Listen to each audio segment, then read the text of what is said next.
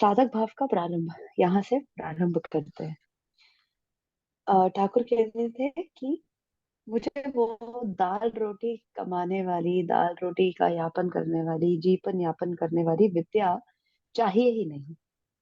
मतलब बहुत क्लियर था कि मुझे तो वही विद्या चाहिए ही नहीं जिससे हृदय में ज्ञान का उदय होकर मनुष्य कृतार्थ हो जाए। बस मुझे एकमात्र यही विद्या चाहिए। उसमें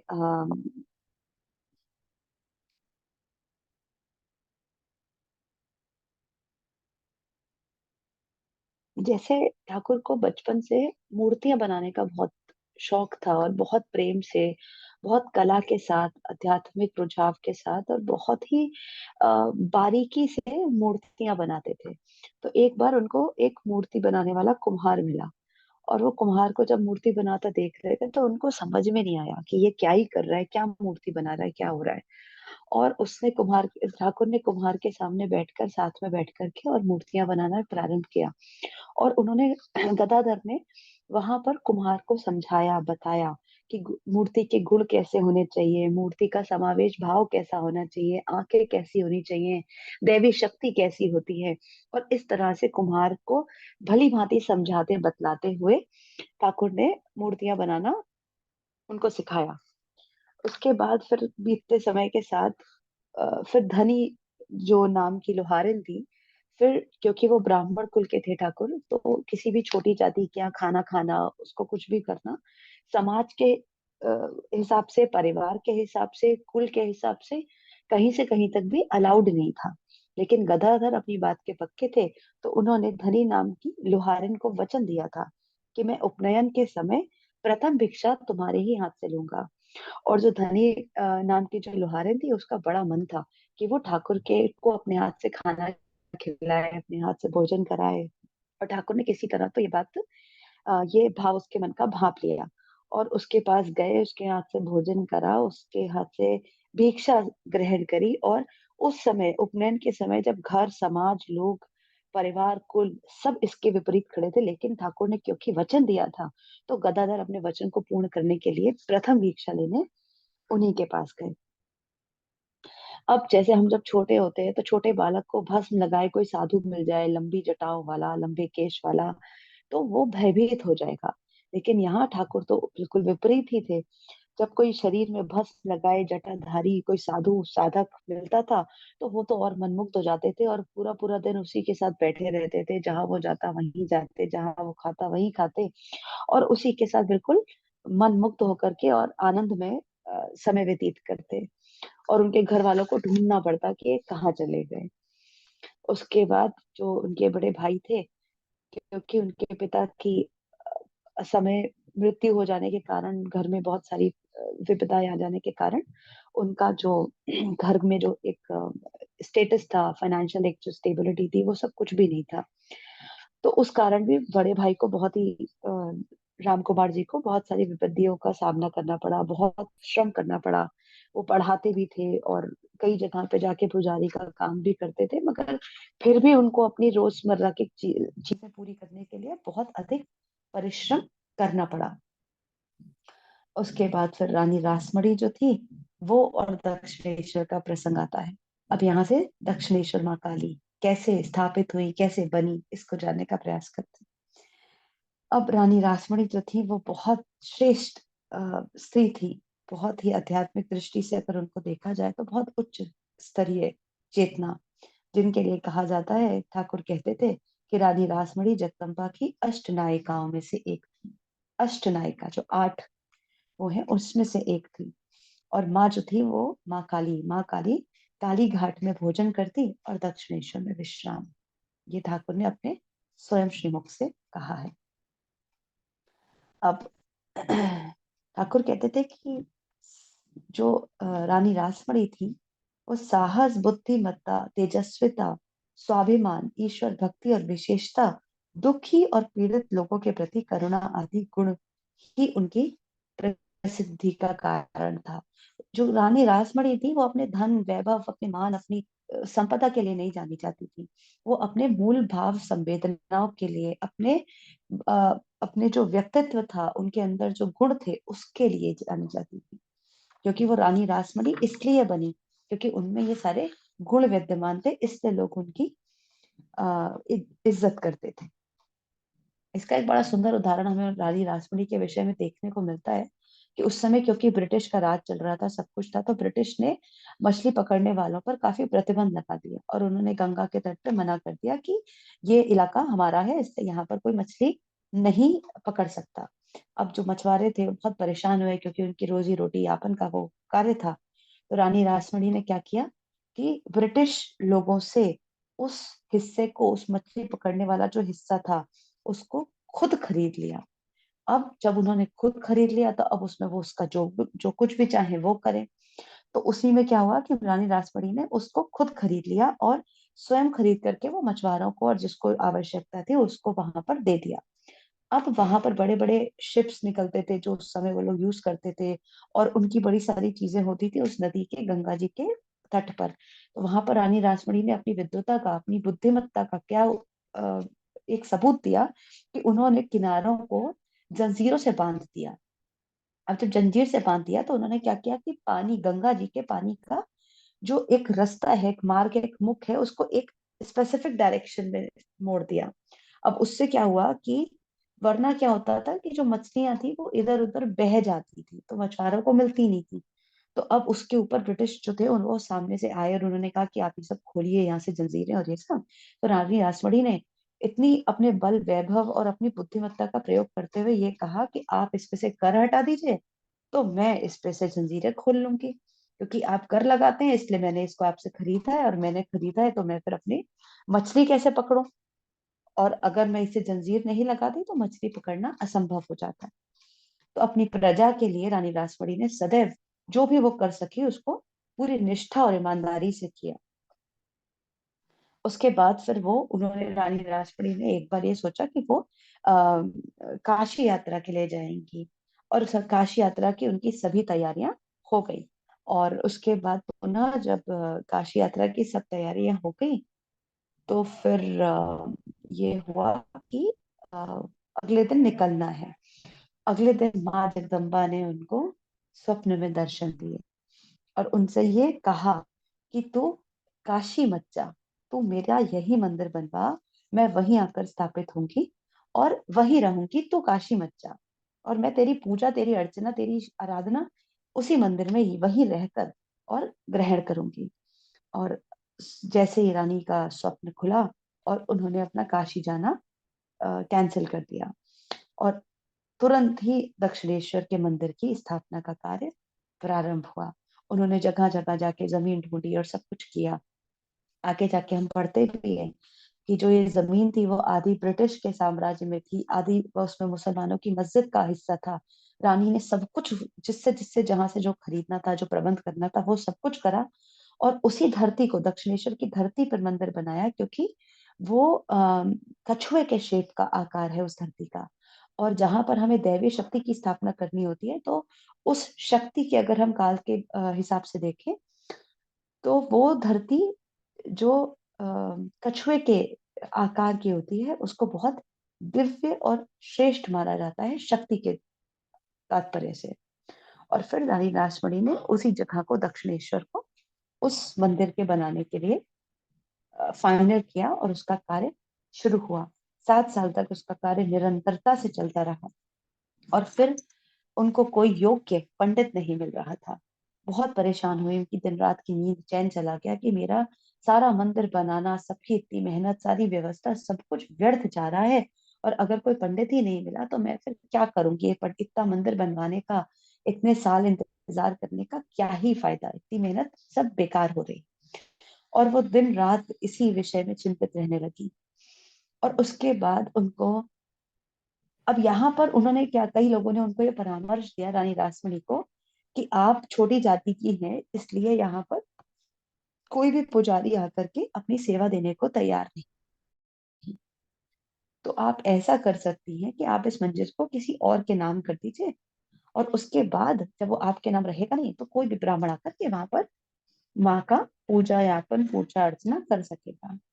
अब रानी रासमणी जो इतनी दिव्य स्त्री थी, इसका एक बात यहाँ पर और भी पता चलती है कि जैसे ही ये विचार उनके सामने आया जैसे ही ये परामर्श उनके सामने आया, उन्होंने एक बार भी इस पे पुनः चिंतन नहीं किया। उन्होंने कहा अगर ऐसा हो सकता है शास्त्र की दृष्टि से भी, और अगर ये मुमकिन है, तो मैं ये भी करने को तैयार हूँ। मैं अपने गुरु के नाम इस संपदा को कर दूंगी, और मैं सिर्फ यहाँ पे व्यवस्थापिका की तरह रहूंगी। अब यहाँ पर इसे कहते हैं भक्ति की पराकाष्ठा, जहां पर मैं का भाव है ही नहीं। इतना निर्माण, इतना धन दौलत, सब कुछ लगाने के बाद अगर हम बाद में ये कहते हैं कि मैं इसमें सिर्फ एक कर्मचारी के माध्यम से रहूंगी, और इस पे मेरा कोई हक नहीं, इस पे कोई मेरा नाम नहीं, और ये निर्णय लेने में हमको एक क्षण भी ना लगे, तो उस चेतना को तो बहुत दिव्य नमन। कि वो स्त्री फिर क्या ही होगी जिसमें मैं का कोई भाव नहीं, रानी होने के बाद भी। उसके बाद फिर बहुत ब्राह्मण की खोज होने लगी, सब कुछ होने लगा, और फिर करते कराते जो ठाकुर के बड़े भाई थे राम कुमार जी, उनका नाम सामने आया। अब ठाकुर के जो बड़े भाई थे, वो अगर नॉर्मल स्थिति में होते, उनके घर में सब कुछ सुख समृद्धि वैभव सब अच्छे से होता, तो वो कभी भी रानी रासमणी की इस बात को स्वीकार नहीं करते, मंदिर में सेवा देने के लिए कभी भी नहीं आते। लेकिन जब ईश्वर को अपना कार्य कराना होता है, तो ईश्वर किसी न किसी माध्यम से, किसी न किसी परिस्थिति से करवा ही लेता है। और इसीलिए राम कुमार जी की आर्थिक स्थिति इतनी खराब थी कि वो काम ढूंढ रहे थे, और उनको सबका जीवन यापन करने के लिए पैसों की बहुत आवश्यकता थी, और वो लालन पालन अपने परिवार का कर सके, इसलिए उनको रानी रासमणी का ये जो ऑफर था, पंडित के पुजारी का पद स्वीकार करने के लिए, उसको अपनाना पड़ा। तो यहाँ पर हमें एक ये बड़ी सीख मिलती है कि जो भी स्थिति परिस्थिति हमारे जीवन में आ रही है, वो ला तो ईश्वर चेतना और इष्ट ही रहे हैं, ताकि हमें आज दिखाई दे रहा है, लेकिन जो कल आने वाले कल के जो गर्भ में है, वो हमें नहीं पता। वो हमारे इष्ट को, हमारे ईश्वर को ही पता है। तो राम कुमार जी की जो उस स्थिति थी, वो इसीलिए थी ताकि आगे जाकर के वो दक्षिणेश्वर का कार्यभार संभालने के लिए हाँ कह सके, और वो दक्षिणेश्वर आए तो ठाकुर रामकृष्ण परमहंस दक्षिणेश्वर आ सके। तो अगर उनके जीवन में सब कुछ सुखद होता, सब कुछ वैसा होता जैसे आम आम आम तौर पर एक सुखद जीवन यापन होता है, तो कभी भी वो परिस्थितियां उत्पन्न नहीं होती और ठाकुर दक्षिणेश्वर नहीं आते। उसके बाद फिर और जबकि राम कुमार जी जब दक्षिणेश्वर आ भी गए, तो भी उनका कभी ये मन नहीं करता था कि मैं यहाँ पे हमेशा परमानेंट रहूंगा, या एक स्थिरता के भाव से वो कभी ये विचार नहीं करते थे कि मुझे तो स्थायी रूप से यहाँ का पुजारी पद ग्रहण करना है। हमेशा उनको ये पता था कि जब तक मेरी जरूरत है और जब तक मैं यहाँ हूँ, बस तब तक। फिर उसके बाद देवी की मूर्ति का निर्माण हुआ, मंदिर की स्थापना हुई, और उसके बाद ठाकुर बहुत समय तक कभी भी उस मंदिर के भोजन का, वहां के अन्न को ग्रहण नहीं करते थे, क्योंकि वो छोटी कुल की जाति का था, और उनके जो घर के संस्कारों से जो आए थे, तो वहां पर उनके अंदर, ठाकुर के अंदर ये सारी भावनाएं थी, क्योंकि वो जिस कुल से आए थे, जिस कुल में उन्होंने जन्म लिया था, उस कुल में ये सारी बातें प्रतिष्ठित थी। उसके बाद फिर ठाकुर ने कभी भी भोजन, बहुत समय तक, जब तक वहां का पुजारी पद ऑलमोस्ट ग्रहण नहीं करा, तब तक कभी वहां के अंदर का भोजन बना हुआ नहीं खाया। फिर राम कुमार जी ने उनसे एक बार बहुत समझाया, तू भोजन तो कर ले, अच्छा तू एक काम कर, तू जाके सीधा ले आ, मतलब कच्चा अनाज ले आ और उसे खुद पका ले। तो इस बात को, और गंगा जी के जल से पका ले। और राम कुमार जी को ये तो पता था कि ठाकुर को गंगा जी के प्रति बहुत ही अनंत विश्वास है, अनंत विश्वास है और अनंत प्रेम है, और ठाकुर की को ये बात कभी भी अस्वीकार्य नहीं होगी। तो ठाकुर ने फिर अपना भोजन गंगा जी के जल से बनाना प्रारंभ किया। और जो दक्षिणेश्वर की जो गंगा जी हैं, दक्षिणेश्वर के तट की जो गंगा जी हैं, उसको जब गहराई से देखो तो ऐसा लगता है कि ठाकुर उस गंगा जी पे चल रहे हैं, और चलते हुए नजर आ रहे हैं, और ठाकुर गंगा, गंगा ठाकुर सब एक होते दिख रहे हैं।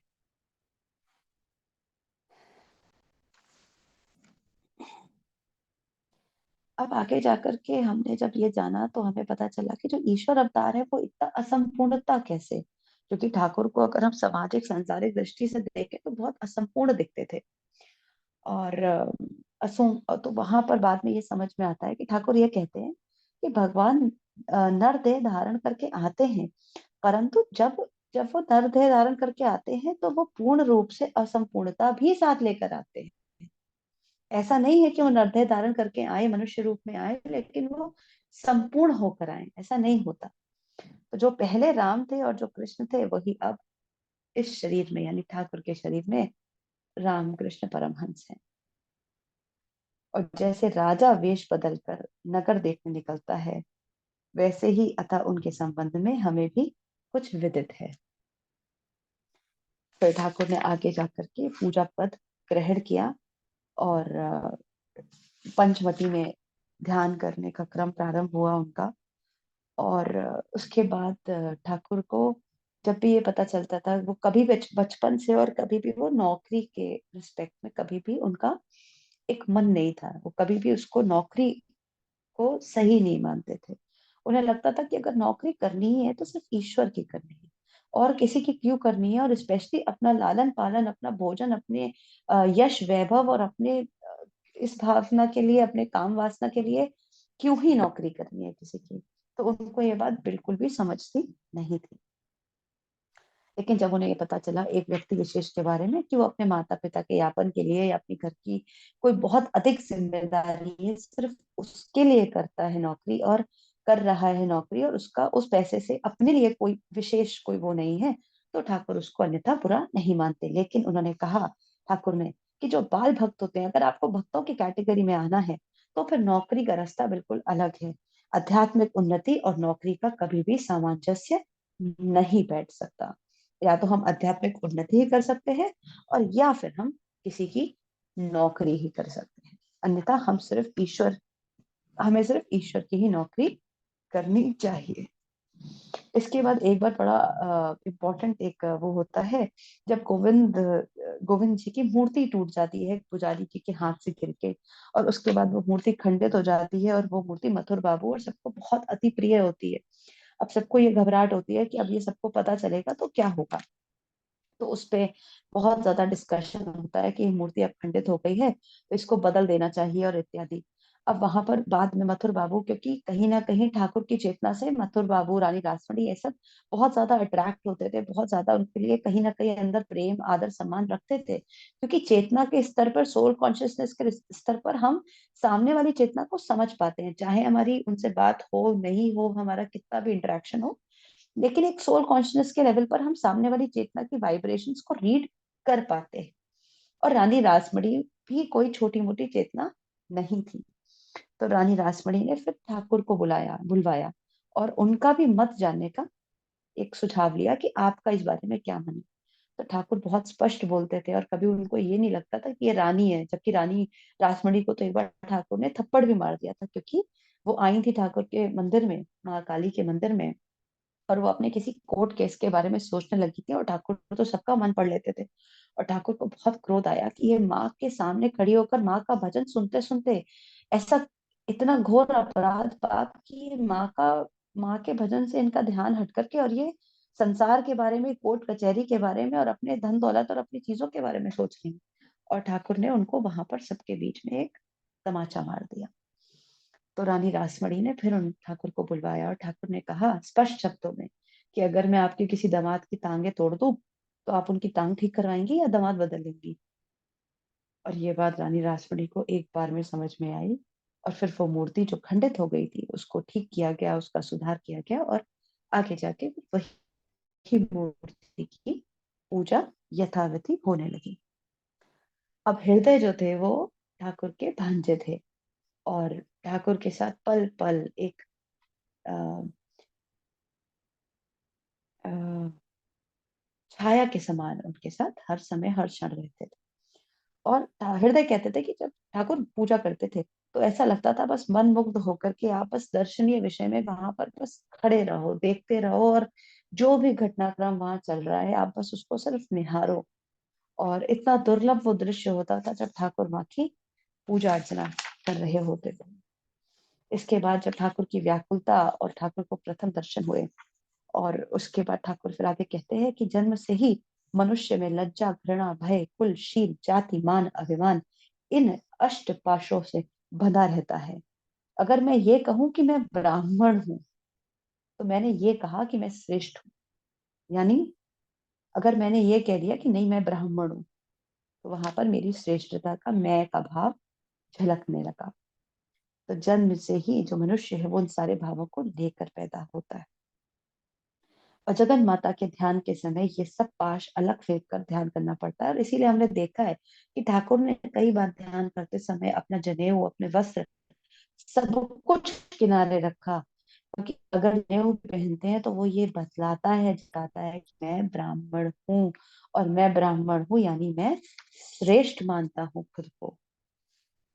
और अगर फिर ठाकुर कहते हैं कि अगर केवल मन से ही नहीं, हमें अगर हम किसी बात को अपनाएं, किसी चीज को अगर हम मन से उतारें, खत्म करें, तो हम पूर्णतः सिर्फ मन से नहीं, उसको शरीर से भी त्यागने का प्रयास करें।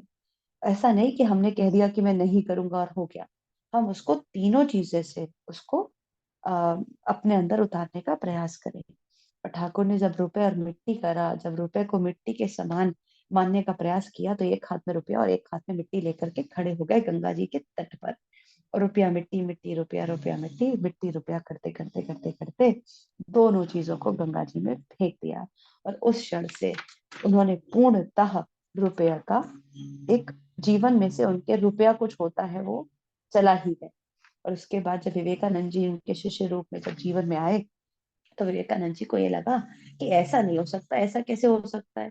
और विवेकानंद जी बहुत उच्च कोटि के थे, और ठाकुर भी कहते थे किसी को अपना गुरु बनाओ, और गुरुदेव भी कहते हैं किसी को अपना गुरु बनाओ तो उसे ठोक बजा कर देखो।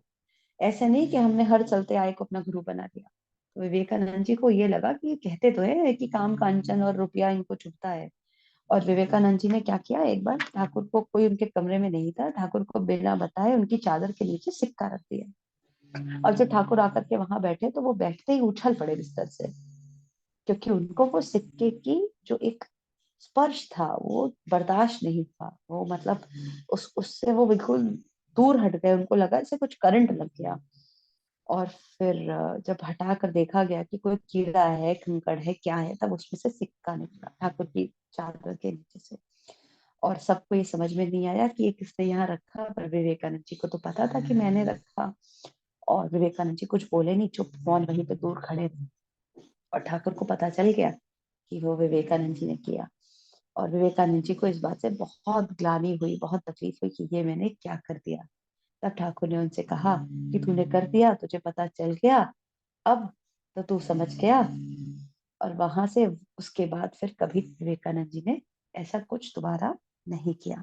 ठाकुर इसी बात पे कहते हैं कि अगर आप किसी भी वस्तु को त्यागें, तो आप उसको तन, मन और वचन से त्यागें, एक से नहीं। अगर त्यागना ही है तो फिर तीनों चीजों से, तन, मन और वचन से त्यागें। फिर मथुर बाबू और ठाकुर का जो संबंध था वो अति प्रिय था। और मथुर बाबू की भक्ति अनंत थी। मथुर बाबू ने ठाकुर के लिए हर चीज की व्यवस्था, किसी भी चीज का ठाकुर के मुंह से अगर कोई बात निकली तो मथुर बाबू ने उसे तुरंत से पहले पूर्ण किया। कोई भी कही हुई चीज ठाकुर की, उनसे ज्यादा ध्यान, मतलब एक एक माँ से बढ़कर ध्यान, एक गुरु से बढ़कर ध्यान रखा, उनके शरीर का ध्यान रखा, उनकी हर जरूरत का ध्यान रखा। जब ठाकुर किसी विशेष साधना करते, तो उस साधना के दौरान उन्हें जिन जिन चीजों की आवश्यकता पड़ती, मतलब बाबू ये ध्यान रखते कि उनकी हर चीज की आवश्यकता अच्छे से पूर्ण हो, और ठाकुर को किसी भी चीज की कभी कोई कमी ना रहे। और पल पल उनकी हर चीज से रक्षा करी। उन्होंने भी, मथुर बाबू ने भी ठाकुर की कई बार, क्योंकि बुद्धि विवेक वाले तो थे और सांसारिक बुद्धि थी, तो उनको भी कई बार उन्होंने भी चेक लगाए ठाकुर पर कि ये ऐसे ही है या सच में ऐसे हैं। उसके बाद फिर ठाकुर को जब ये भाव योग हो जाता था, और जब वो बिल्कुल लॉस्ट हो जाते थे, तो उनको ऐसा लगता था कि ये बहुत ज्यादा ब्रह्मचर्य पालन करते हैं इसलिए ऐसा होता है। तो उसमें भी वो कई बार उनको, एक बार वो उनको वहां पर ले गए वैश्याओं के बीच में, और वहां पर जब ठाकुर पहुंचे, और उन्होंने जो है वैश्या जो स्त्री थी उसको देख करके माँ माँ और माँ का उद्बोधन किया, और वो वैश्या जो थी उसका सारा भाव पिघल गया। और उस भाव के साथ वो ठाकुर के श्री चरणों में बैठ गए, और उसे लगा ये क्या घोर अपराध आज मेरे हाथों हो जाता। और वहां पे ठाकुर जो थे वो समाधि मग्न हो गए, समाधिस्थ हो गए। और उसके बाद मथुर बाबू को समझ में आया कि ये कोई छोटी मोटी चेतना नहीं है। और जिस क्षण से उनको ये बात समझ में आई, उस क्षण से मथुर बाबू पल पल ठाकुर के पास उनकी ढाल बनकर हमेशा उनके साथ खड़े रहे। और कई सारे जो पुजारी थे अन्य मंदिरों के, उन्होंने ठाकुर के प्रति ये भी कहा कि पूजा अर्चना ठीक से नहीं करते, अपने में खोए रहते हैं, कभी माँ का भोजन का प्रसाद खुद खा जाते हैं, कभी माँ को खिलाते हैं तो बैठे ही रहते हैं। तो इस तरह की बातें कही गई। और ये कभी माँ के ऊपर जाके चढ़ जाते हैं। तो जब मदन बाबू उनको एक बार देखने आए, तो मथुर बाबू को ये लगा कि ये कोई साधारण व्यक्ति नहीं है, ये कोई साधारण पूजा नहीं है, ये भक्ति है और ये भक्ति की पराकाष्ठा है। और मथुर बाबू उस प्रेम को, उस भाव को समझ पाए और उन्होंने ये कह दिया कि आज से इनको कोई कुछ नहीं कहेगा, इनको जो करना है, इनको जो सही लगता है, जिस प्रकार सही लगता है, इनको उस तरह से करने दिया जाए।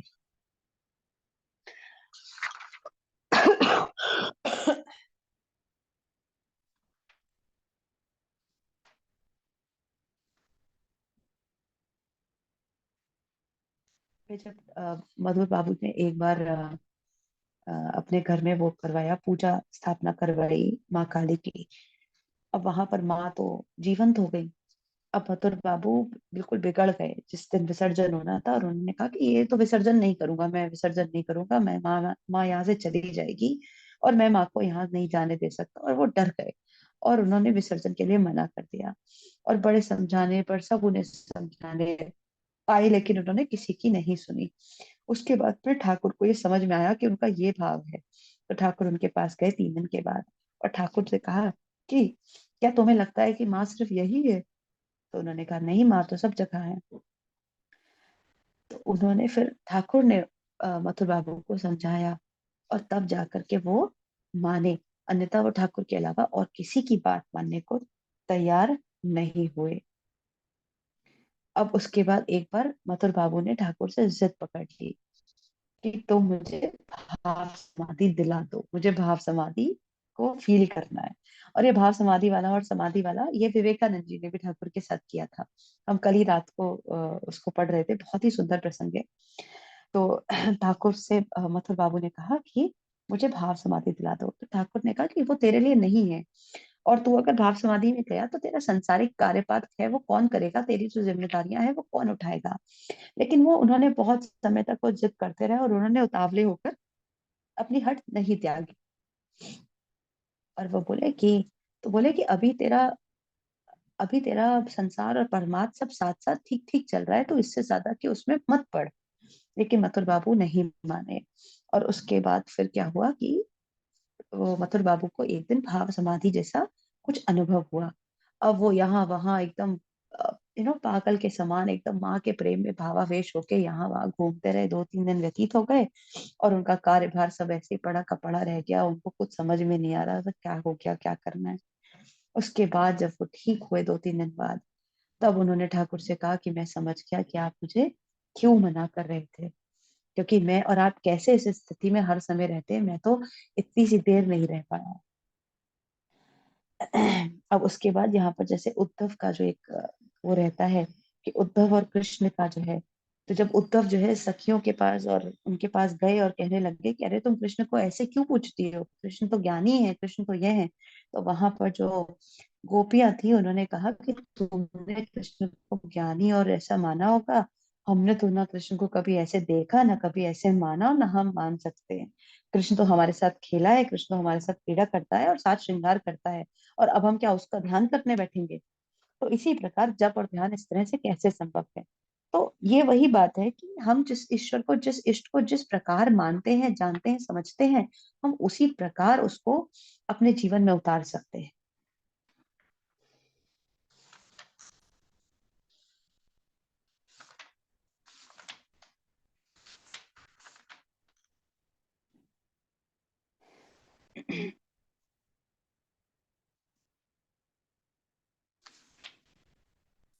अब साधना और दिव्योन्माद पे जब हम आते हैं, तो ठाकुर को दिव्योन्माद ऑलमोस्ट हर समय ही बना रहता था, और कोई उन्हें स्पर्श करते, कोई वो भक्ति गीत सुन ले, किसी भी अच्छा सत्संग सुन ले, और इस तरह की कोई भी घटनाक्रम हो जाए, तो वो भावावेश में दिव्योन्माद में ठाकुर चले जाते थे। और ठाकुर कहते थे कि भाव के प्रबल वेग के कारण ईसा मसीह और श्री चैतन्य के शरीर की संधियां शिथिल हो गई थी, और उनके शरीर के प्रत्येक रोमकूप से पसीने के समान बूंद बूंद रक्त बाहर निकलता था।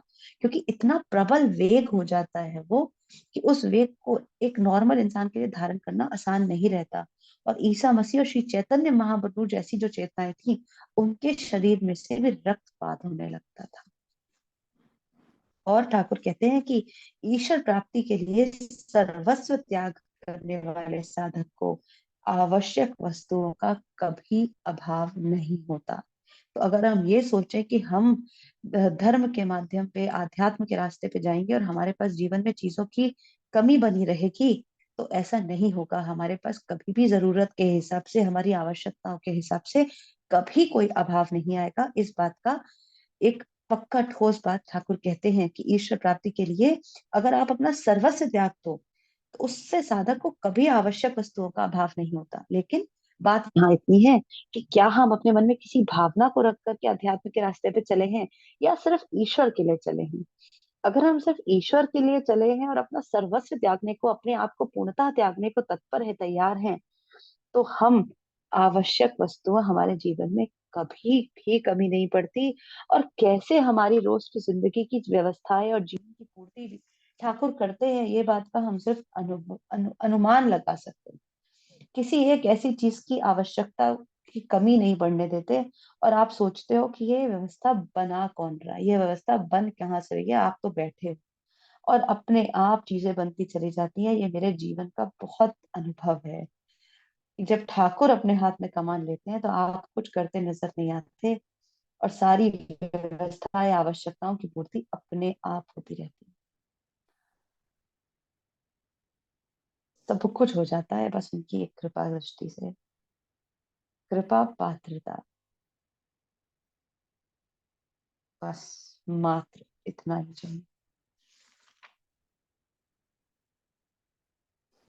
ठाकुर कहते हैं कि जिस प्रकार हम अपने संसार के लिए, स्त्री के लिए, पुत्र के लिए, पति के लिए, माता पिता के लिए, दीन दुनिया के लिए, काम कंचन के लिए रोते हैं, उसका एक अंश भी अगर हम अपने प्रभु के लिए रो लें तो वो हमें ना मिले, ऐसा संभव नहीं।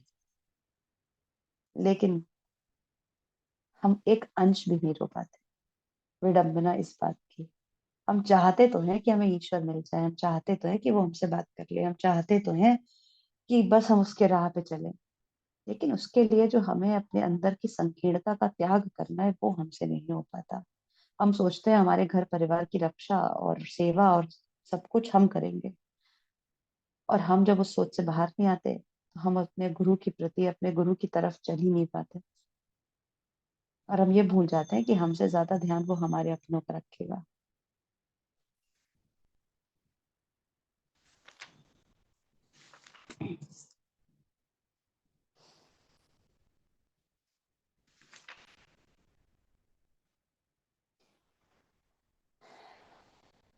यहाँ पे ठाकुर एक बात कहते हैं कि काम कांचन की जो आसक्ति है, वो नष्ट हुए बिना केवल बाह्य शौचाचार, यानी हम बाहरी शरीर को सुंदर स्वच्छ बनाए रखें और शास्त्र ज्ञान रखें, इन दोनों से हमारी साधना और मनुष्य का जो सत्य तत्व है वो धारण नहीं हो सकता। तो अगर हमें अपने अंदर, वाकई अपने अंदर की साधना को और मनुष्यता को प्राप्त करना है, तो हमें काम कंचन से पूरी तरह से आसक्ति को हटाना पड़ेगा। और सिर्फ शौच का जो विषय है, वो सिर्फ बाहर की भावना नहीं, अपने मन, अपनी भावनाएं, अपनी हर चीज का, अपने चिंतन को स्वच्छ बनाना पड़ेगा। और सिर्फ शास्त्र ज्ञान से नहीं, हमें उसको अपने जीवन में उतारना पड़ेगा।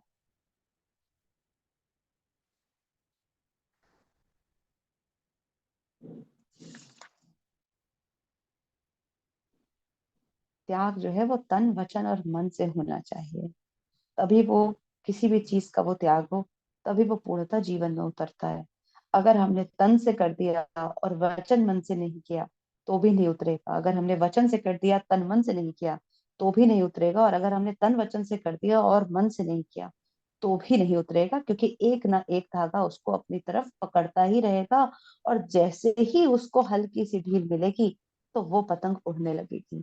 तो अगर हमें किसी भी चीज का, किसी भावना का, किसी वस्तु का, किसी का भी त्याग करना है, तो हमें तन, मन और वचन से करना ही पड़ेगा, अन्यथा वो पूर्णतः त्याग कभी नहीं हो पाएगा, वो सिर्फ एक पल भर के लिए ही रह जाएगा। ये अभी 3 मिनट ही बचे, हम्म, तो वाइंड अप कर लो मतलब।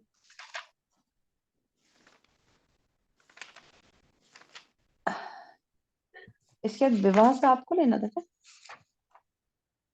छुद वो विचित्र, क्षुधा और गात्रीदार से लेना था, लेकिन अब अच्छा अच्छा अच्छा, ठीक है। या तो दो शाम हो को गए। ले लेंगे क्या, 6 बजे, 6:30 बजे से। सबसे पूछ लेते हैं, जैसा ठीक लगे, क्योंकि अभी 40 मिनट्स और लग जाएगा। हाँ, आप तो लोग शाम बता को। दीजिए, रिकॉर्डिंग हम्म। आप लोग बता दीजिए, अभी 40 मिनट